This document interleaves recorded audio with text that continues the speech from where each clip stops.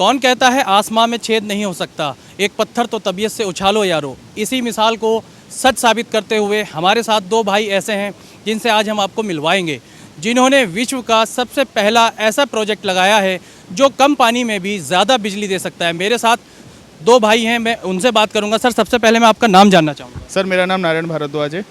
नारायण भारद्वाज जी, मैं जानना चाहता हूं कि किस तरीके से आपको इसकी प्रेरणा मिली और किस तरीके से आपने इस प्रोजेक्ट को लगाने की सोची।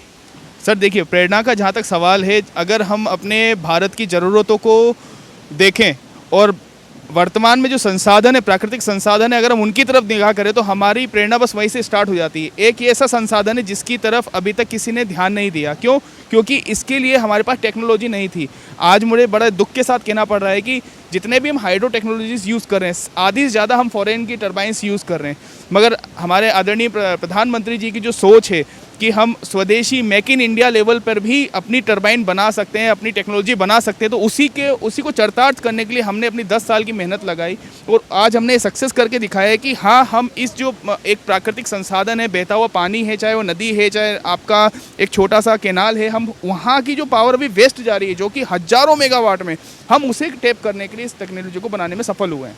तो जी, जानना चाहता हूँ कि ये विश्व का पहला ऐसा प्लांट है या इससे पहले भी कहीं इस तरीके का कोई प्लांट बना है? जी सर, अगर मैं सरफेस हाइड्रोकाइनेटिक की बात करूं सर, तो ये विश्व का पहला ऐसा सरफेस हाइड्रोकाइनेटिक प्लांट है जो सबसे लोएस्ट वाटर में चलता है। लोएस्ट वाटर क्यों? देखिए, हाइड्रोकाइनेटिक फील्ड जो है बहुत पुरानी, अभी की नहीं है। अगर हम बात करें हाइड्रो पावर प्लांट्स की, तो कन्वेंशनल हाइड्रो प्लांट के से पहले भी इस तकनीक का इजाद हो चुका है। मगर सरफेस हाइड्रोकाइनेटिक हमने क्यों सिलेक्ट करा? क्योंकि अगर हमारे पास छोटी सी डेप्थ है, छोटा सा पानी है, छोटा सा एरिया है, अगर हम उस पोटेंशियल को भी टैप करना चाहते हैं तो हमें सरफेस हाइड्रोकाइनेटिक को इजाद करने के लिए ज़रूरत पड़ेगी। इसीलिए हमने इस तकनीक का निर्माण किया है और ये भारत ही नहीं, पूरे विश्व का पहला ऐसी टेक्नोलॉजी जो सरफेस की वेलोसिटी को टैप करती है। और आज मुझे ये कहते हुए काफ़ी खुशी हो रही है कि हमारे माननीय प्रधानमंत्री जिस एरिया में आ रहे हैं, जिस क्षेत्र का दौरा करेंगे, उन्हीं की प्रेरणा से आज उस क्षेत्र में विश्व का पहला ऐसा टरबाइन इंस्टॉल हुआ है और उसमें विश्व का पहला ऐसा गेस्ट हाउस बनाया गया है जो इसी की पावर से पूरी तरह से आत्मनिर्भर होकर के एक अविरल ऊर्जा का उपयोग कर रहा है। एक अविरल ऊर्जा का उपयोग होगा। विश्व का पहला कम पानी में, कम बहते हुए पानी में बिजली बनाने का प्लांट दो भाइयों ने लगाया है। दूसरे भाई भी हमारे साथ हैं, हम इनसे भी कुछ थोड़ा से बात करेंगे और जानना चाहेंगे कि किस तरीके से इनको मुश्किलों का सामना करना पड़ा, क्या क्या इनको परेशानियां हुई इसको काम को करने में और कितना समय इनको लगा। सर, मैं जानना सबसे पहले तो मैं आपका नाम जानना चाहूँगा। सर, आपका नाम क्या है? मेरा नाम बलराम भारद्वाज है और मैं इस कंपनी का इनोवेटिव एमडी हूँ और को फाउंडर हूँ। हम दोनों भाइयों का मंतव्य बचपन से ही यही रहा है कि देश के लिए कुछ करके दिखाएं। आज जिस कंडीशन में हमारा देश गुजर रहा है, हर व्यक्ति कुछ नया करना चाहेगा तभी देश आगे बढ़ पाएगा। अकेले मोदी जी कुछ करें तो संभव नहीं है, अकेले धामी जी कुछ करें तो भी संभव नहीं है।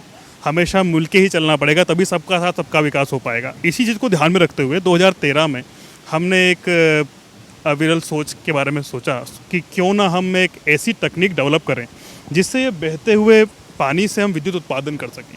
क्योंकि होता क्या है, क्योंकि मैं इन्वायरमेंट साइंटिस्ट हूँ, इन्वायरमेंट से बिलोंग करता हूँ, मैंने देखा कि जितने भी हाइड्रो प्रोजेक्ट हैं, जितने भी प्रोजेक्ट जिसमें आप बांध बनाते हैं, उसमें कहीं ना कहीं इन्वायरमेंट को आप कहीं ना कहीं डिस्टर्ब जरूर करते हैं।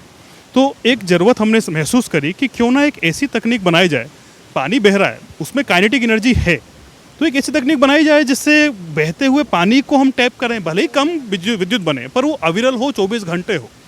इसी चीज़ को ध्यान में रखते हुए हमने ये चीज़ डेवलप करी जिसे हाइड्रोकाइनेटिक टरबाइन कहते हैं। हमने कॉन्सेप्ट को चेंज किया क्योंकि टरबाइन दुनिया में बहुत अवेलेबल है। कॉन्सेप्ट ये था कि पानी में पूरा डुबाना पड़ता है टरबाइन को, डिस्चार्ज बहुत कम होता है पानी में। इंडिया में तो पानी कम ज़्यादा होता रहता है, वेलोसिटी कम ज़्यादा होती रहती है, तो हमें वो टरबाइन चाहिए जो बहते हुए पानी में हर कंडीशन में पावर प्रोड्यूस कर सके। उस चीज़ को ध्यान में रखते हुए हमने सरफेस हाइड्रोकाइनेटिक टरबाइन की आधारशिला सोची। एक ऐसी टरबाइन जो बहते हुए पानी के सिर्फ सतह को टच करती है और चलती है। हमने उस टरबाइन को प्रोड्यूस करने के लिए अपना 10 साल का समय और जितनी भी जमा पूंजी थी सब लगाई। आज तक हमने किसी भी टाइप का लोन सरकार से नहीं लिया, जो भी अपनी तरफ से कमाया था, परिवार से जो मिला, दोस्तों से जो भी अरेंज कर सकते थे हमने किया और तकरीबन 8-9 करोड़ रुपए हमने पिछले 10 साल में खर्च किए तब जाकर के तकनीक इस मूर्त रूप में आई। मैं आभारी हूँ उत्तराखंड सरकार का, जिन्होंने हमें मौका दिया, और वन विभाग का भी, जिन्होंने हमें मौका दिया और हमें पूरा सपोर्ट दिया, सहयोग दिया। फंड से भी लेकर के पार्शियल फंडिंग भी उन्होंने करी और सपोर्ट भी किया ताकि हम इस प्रोजेक्ट को यहाँ पे सफलतापूर्वक लगा सकें। हमने पहला टेस्ट 2013 में स्टार्ट किया था, फिर तब से हम आज तक 59 फील्ड ट्रायल पूरे भारत में, नेपाल में, भूटान में और अफ्रीका में कर चुके हैं। इसी कारण से हमें एक अनुभव मिला, उस अनुभव का यूज़ करके हमने इस प्रोजेक्ट को एज अ चैलेंज लिया। रीज़न ये था कि बड़ी बड़ी नदियाँ तो हर जगह अवेलेबल हैं। आप देखें उत्तराखंड में भी सबसे बड़ी नदियों के उद्गम गंगा, यमुना यहीं से निकल रही हैं, पर क्या कभी किसी ने छोटी छोटी नहरों के बारे में सोचा है, जिन्हें यहाँ पे गूल कहते हैं, जहाँ पे 12 महीने वो भी बह रही हैं? किसान तो उसके पास ही है ना। तो हमने वो ध्यान लगाया कि क्यों ना हम एक किसी टरबाइन का सेकंड प्रारूप डेवलप करें जो किसी किसान को, किसी गांव वाले को आत्मनिर्भर बना सके। उत्तराखंड क्यों चुना हमने? क्योंकि एक तो देवभूमि है, दूसरा सबसे बड़ी दिक्कत उत्तराखंड में पलायन की है। हर उत्तराखंडी बेचारा पलायन के लिए मजबूर है, क्योंकि गांव में पहाड़ के ऊपर वो रह रहा है, वहीं खेती कर रहा है, पानी कहाँ से लाएगा? ज़मीन में पानी है, उठा के कैसे ले जाएगा? बिजली चाहिए। और इतनी दूर तक 10 किसानों का एक गांव है, वहाँ तक बिजली पहुँचाने के लिए खर्चा इतना ज़्यादा आ रहा है। तो वो ध्यान में रखते हुए हमने सोचा कि क्यों ना एक ऐसी चीज़ बनाई जाए जो उसी नीचे लगा दिए, बेचारे को 24 घंटे बिजली मिल जाएगी, पानी मिल जाएगा। उसी को ध्यान में रखते हुए हमने इस टेक्नोलॉजी को यहाँ पे लगाया।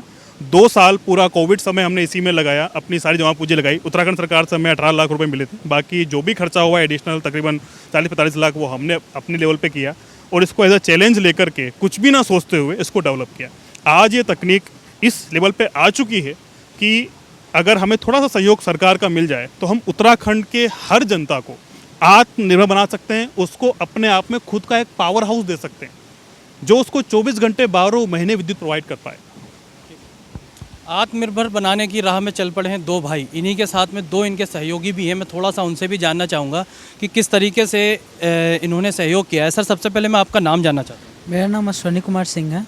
अश्वनी जी, आपने किस तरीके से सर को सपोर्ट किया है और किस तरीके से इस प्रोजेक्ट में आप इनके साथ रहे हैं? जैसे सारा आइडिया तो सर का हुआ करता था, हम तो बस टेक्निकली उसको तैयार करने में सर का सहयोग किया है हमने जी, प्लांट पे। और मेरी कंपनी में ज़्यादा नहीं, 6 महीने से ही हूँ, इससे पहले तो सर के जो है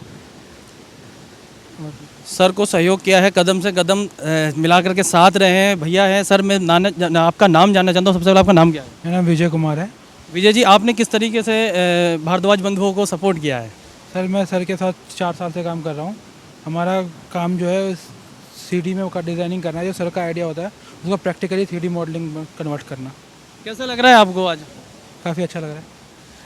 अकेला ही चला था जानिबे मंजिल की तरफ, लोग जुड़ते गए, कारवां बनता गया। इसी मिसाल को 2 भाइयों ने सच करके दिखाया है।